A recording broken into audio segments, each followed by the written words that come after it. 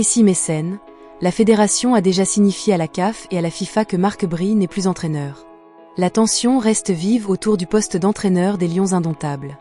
Invité sur le plateau de l'émission Africa Vision Sport sur Vision 4, Prissy Messen a jeté un pavé dans la mare en déclarant sans détour « La fédération a déjà signifié à la CAF et à la FIFA que Marc Bry n'est plus entraîneur ». Une sortie médiatique qui vient raviver une polémique persistante depuis plusieurs jours autour de la nomination du technicien belge. Marc Bry, nommé directement par le MINCEP, n'a jamais fait l'unanimité au sein de la Fédération camerounaise de football, FECAFOOT.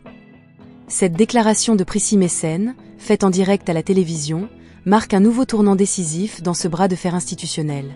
Selon ses propos, la FECAFOOT aurait donc formellement informé les plus hautes instances du football mondial, la CAF et la FIFA, que le contrat de Bry n'a plus de valeur légale ni sportive au Cameroun.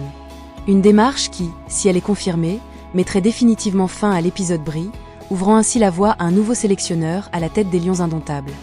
Reste à savoir si la CAF et la FIFA reconnaîtront cette décision de la FECAFOOT ou si une nouvelle crise institutionnelle se profile à l'horizon. Une chose est sûre, le feuilleton de la sélection camerounaise est loin d'avoir livré son dernier épisode.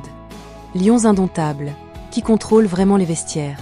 Sur le plateau de Canal Presse diffusé sur Canal 2 International, l'analyste Stéphane Edzighi a lancé une phrase lourde de sous-entendus. Il y a un monsieur qui est très mal à l'aise parce que pour accéder dans les vestiaires, il faut passer par le sélectionneur. Cette déclaration, en apparence anodine, jette une nouvelle lumière sur les tensions persistantes autour de l'équipe nationale du Cameroun, les Lions indomptables, et plus particulièrement sur les relations conflictuelles entre la Fédération camerounaise de football, FECAFOOT, et Marc Bry, le sélectionneur nommé dans des circonstances déjà controversées. Une phrase qui en dit long. Stéphane Edzighi ne cite pas de nom. Mais dans le contexte actuel, beaucoup y verront une allusion à Samuel Eto'o, président de la FECAFOOT, dont l'influence dans l'environnement des Lions a toujours été sujette à débat. Depuis la nomination de Bry par le ministère des Sports, sans concertation avec la fédération, les rapports entre les deux institutions sont devenus glaciaux, marqués par une guerre d'autorité et des épisodes dignes d'un feuilleton politique. Le symbole des vestiaires. L'accès aux vestiaires, dans le football, n'est pas qu'un simple geste logistique. Il symbolise la proximité avec les joueurs, le pouvoir réel sur le groupe et l'autorité légitime dans l'organigramme sportif. Si désormais il faut passer par le sélectionneur pour y entrer, comme le souligne Edzighi, c'est que Marc Bry commence à s'imposer comme la véritable figure centrale du staff, au détriment d'autres influences jusque-là considérées comme incontournables. Un malaise institutionnel profond. Cette anecdote traduit en réalité un malaise institutionnel plus large, celui d'un football camerounais coincé entre deux pôles de pouvoir, le ministère des Sports, garant administratif et financier, et la FECAFOOT, bras sportif exécutif.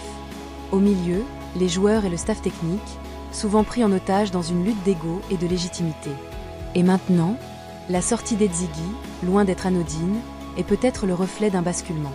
En mettant en avant le malaise de ceux qui ne peuvent plus accéder librement au vestiaire, il révèle que le rapport de force commence à changer. Marc Bry, soutenu par les autorités gouvernementales, pourrait bien prendre une place plus prépondérante que prévu. Une chose est sûre, à moins d'un apaisement rapide, le feuilleton politico-sportif des Lions indomptables n'a pas fini de faire couler de l'encre.